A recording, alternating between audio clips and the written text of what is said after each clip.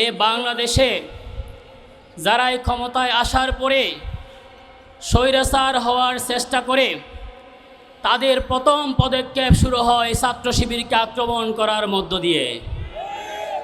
আমরা একইভাবে দেখতে পেয়েছি এই ছাত্রদল এই প্রথমবারের মতো তার যুবদল সহ অন্যান্য অঙ্গ সংগঠনের সহযোগিতায় এই বাংলাদেশে এসে পেশিবাদী কালচার তৈরি করার জন্য ইসলামী ছাত্র শিবিরকে প্রথম আঘাত দেওয়া শুরু করেছে।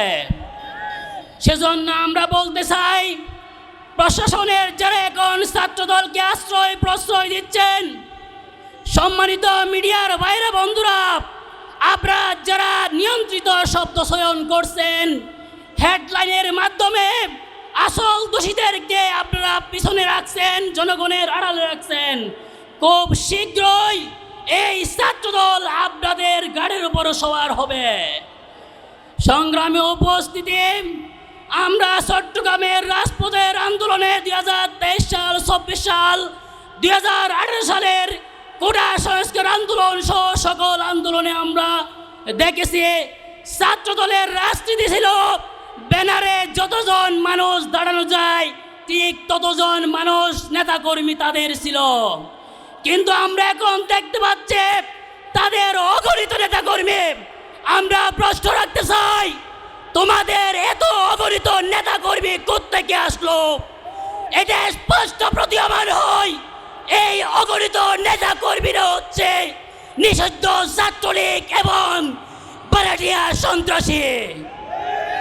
সংগ্রামে উপস্থিতি, আমরা বলতে চাই, বারাটিয়া সন্ত্রাসী বহিরাগত সন্ত্রাসীর মাধ্যমে ক্যাম্পাসগুলোতে আক্রমণ করে ছাত্রলীগও চেষ্টা করেছিল, কিন্তু তাদেরকে লেজ তুলে দিয়ে পালাতে বাধ্য করেছে ছাত্র সমাজ। সেজন্য ছাত্রদলকে বলতে চাই, তোমরা ছাত্রলীগকে শিক্ষা গ্রহণ করো, নয়তো এদেশের ছাত্র সমাজ তোমাদেরকে লেজ গুটিয়ে পালাতে বাধ্য করবে। সংগ্রামী উপস্থিতি, আমরা আরো দেখেছি আবরার বাহাদ হত্যা করার পরে ছাত্রলীগ নিজেরাই আবরার বাহাদের হত্যার পরে শোক র্যালি করেছিল এবং নির্লজ্জার মতো সে ছাত্রলীগের দেখালো পথে ছাত্রদল গতকালকে আমার ভাইকে পায়ের গোড়ালি বিচ্ছিন্ন করে তারা আবার নির্লজ্জার মতো প্রতিবাদ মিছিল করেছে। এই জন্য এই সমস্ত সন্ত্রাসী কর্মকাণ্ড, এরকম নির্লজ্জ যারা, তাদের প্রতি আমাদের সব সময় ঘৃণা এবং ঘৃণাই থাকবে। সংগ্রামী উপস্থিতি, আমরা আরো দেখেছি এই প্রশাসন সব সময় ছাত্রদলের বিভিন্ন সন্ত্রাসী কর্মকাণ্ড, শেরপুরে, নরসিংদীতে, আমাদের বিভিন্ন পলিটেকনিকগুলোতে, গতকালকে রাজশাহী বিশ্ববিদ্যালয়ে সহ সিটি কলেজে ছাত্রদল যে আক্রমণ করতেছে, প্রশাসনের কোনো ব্যবস্থা নেই। আমরা বলতে চাই, প্রশাসন বরঞ্চ তাদের কোনো ব্যবস্থা না নিয়ে পিছন থেকে তাদের সহযোগিতা করছে। প্রশাসনের এরকম পক্ষপাতিত্বমূলক অবস্থান, এরকম দুর্বিসন্ধিমূলক অবস্থান বাংলাদেশে নতুন করে আবার ছাত্রলীগের মতো করে আরেকটা কায়দায় ছাত্রদল তৈরি করতে চায়। সেজন্য আমরা বলতে চাই, এই সমস্ত সন্ত্রাসী কর্মকাণ্ড বন্ধ করার জন্য সকল পর্যায় থেকে ভূমিকা রাখার জন্য উদাত্ত আহ্বান জানিয়ে আমার কথা শেষ করছি। আসসালামু আলাইকুম রহমতুল্লাহ। ছাত্র নামক যাই ছাত্র সংগঠন যাই কুলাঙ্গারেরা যেভাবে হামলা করেছে, আমরা এর তীব্র প্রতিবাদ জানাই। আপনারা যদি ছাত্র সমাজ যদি এখন জেগে না উঠে, আগামী দিনে ছাত্রলীগের স্টাইলে কিন্তু আবারও আবরার ফাহাদের মতো করে সাধারণ শিক্ষার্থীদেরকে কি করে হত্যা করবে এবং নৃশংস হামলা চালাবে। অতএব আমাদের যদি এই দুর্বলতা প্রকাশ পায়, ছাত্র সমাজেরকে আহ্বান করব, ইসলামী ছাত্র শিবির যেভাবে রুখে দাঁড়াচ্ছে, আপনাদেরকে সাধারণ ছাত্র সমাজকে ছাত্র দলের বিরুদ্ধে রুখে দাঁড়ানোর আহ্বান রেখে, এবং আমরা যে ছাত্রলীগের স্টাইলে যে হামলা চালিয়েছে এর তীব্র নিন্দা এবং প্রতিবাদ জানাচ্ছে। পাশাপাশি এর সাথে যারা সংশ্লিষ্ট আছে তাদেরকে গ্রেফতারের দাবি জানাচ্ছে। ছাত্র শিবির 5 তারিখের পরে যে ক্যাম্পাসের সুষ্ঠু ধারার রাজনীতি ফিরিয়ে নিয়ে এসেছিল, তারা বাংলাদেশের ডাকসু থেকে শুরু করে 5টা বড় বড় ক্যাম্পাসে বিজয়ের পরেও এত সুন্দরভাবে ক্যাম্পাসগুলো পরিচালিত করছিল, যেখানে ক্যাম্পাসের শিক্ষার পরিবেশ সুষ্ঠুভাবে ছিল। কিন্তু বর্তমান সময়ে আমরা লক্ষ্য করলাম যে ছাত্র দলের মধ্যে কমিটি দেওয়ার একটা গুঞ্জন শুরু হয়েছে। ঠিক সেই সময়ে তারা ক্যাম্পাসগুলোতে, মহানগরগুলোতে, জেলাগুলোতে তারা তাদের সন্ত্রাসী কার্যক্রম শুরু করেছে। তারা আবার রামদানিয়ে রাস্তায় চলে আসছে, তারা চাপাতি নিয়ে ক্যাম্পাসগুলোতে প্রবেশ করছে। এর দ্বারা কি বুঝতে পারি? তারা তাদের দলীয় নেতাকে মূল্যায়ন কি এই সকল অস্ত্র দিয়ে নির্ধারণ করে জাতি আজকে জানতে চায়। তারা তাদের নেতা নির্বাচনের ক্ষেত্রে কি কে কত বেশি কোপাইতে পারে, কে কত বেশি চাপাতি চালাইতে পারে, এটাকে নির্ধারণ করে আজকে জাতি জানতে চায়। এদেশের অভিভাবকদেরকে আমরা বলতে চাই, আপনার সন্তান যদি ছাত্র দল করে, এই ছাত্র দলের নেতা হতে গেলে চাপাতি চালানো শেখা লাগে।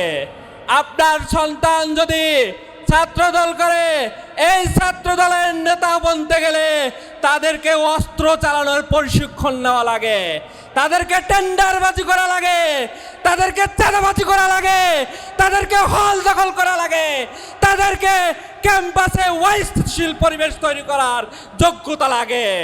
সুতরাং অভিভাবকদেরকে বলতে চাই, আপনারা আপনাদের সন্তানদেরকে নিয়ন্ত্রণ করুন, আপনারা আপনাদের সন্তানদেরকে গাইড করুন। এই রকম ছাত্র দলের সন্ত্রাসীদের সাথে আপনাদের সন্তানদেরকে মিশতে দিয়েন না। আপনারা জানেন বুয়েটের আপনারকে বুয়েটের ছাত্ররা হত্যা করেছিল। সেই বুয়েটের ছাত্র কারা ছিল? তারা ছাত্র দল নামক সন্ত্রাসী ছিল।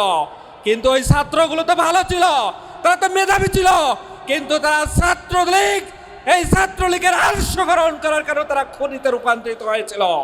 আজকে এই ছাত্র দল যদি কেউ ছাত্র দলের মেধাবী যদি কোনো শিক্ষার্থী প্রবেশ করে, তারাও অস্ত্র চালাবে, তারাও সন্ত্রাসী হবে।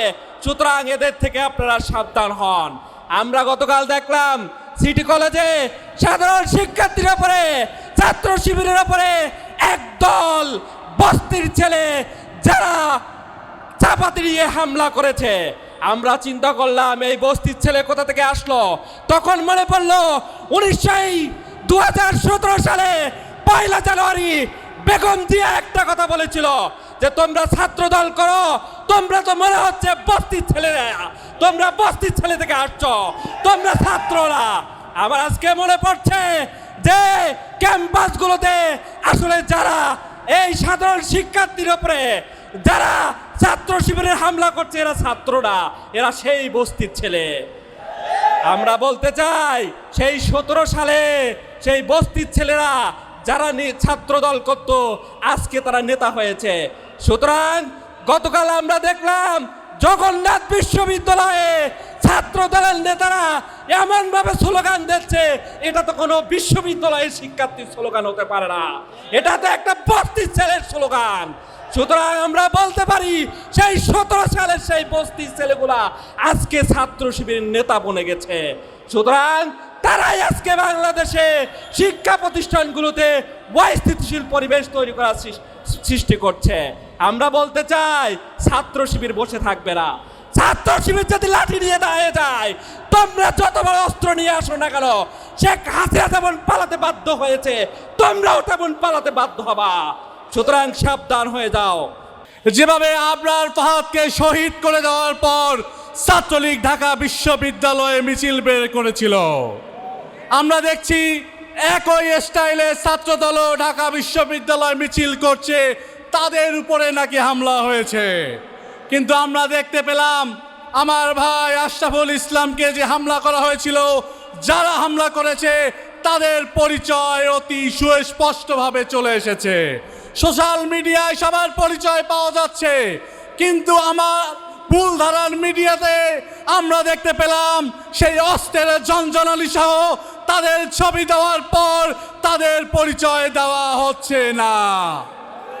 আমরা স্পষ্ট করে বলে দিতে চাই, সরকারে যদি ফ্যাসিবাদী কাঠামোতে আবারও মিডিয়াকে নিয়ন্ত্রণ করতে চায়, আবারও যদি আওয়ামী লীগের মতো দেশকে নিয়ন্ত্রণ করতে চায়, যেভাবে ছাত্র সমাজ আওয়ামী লীগকে দেশ ছাড়া করেছে, বিএনপি এবং ছাত্র দলকেও সেভাবে দেশ ছাড়া করতে তারা বিন্দুমাত্র ভাববে না। শিক্ষার্থীরা এখন অনেক সচেতন। ছাত্র সংসদগুলোতে যেভাবে ছাত্র দলকে লাল কার্ড দেখানো হয়েছে, সারা বাংলাদেশকে ছাত্র দলকে আবারও লাল কার্ড দেখানো হবে।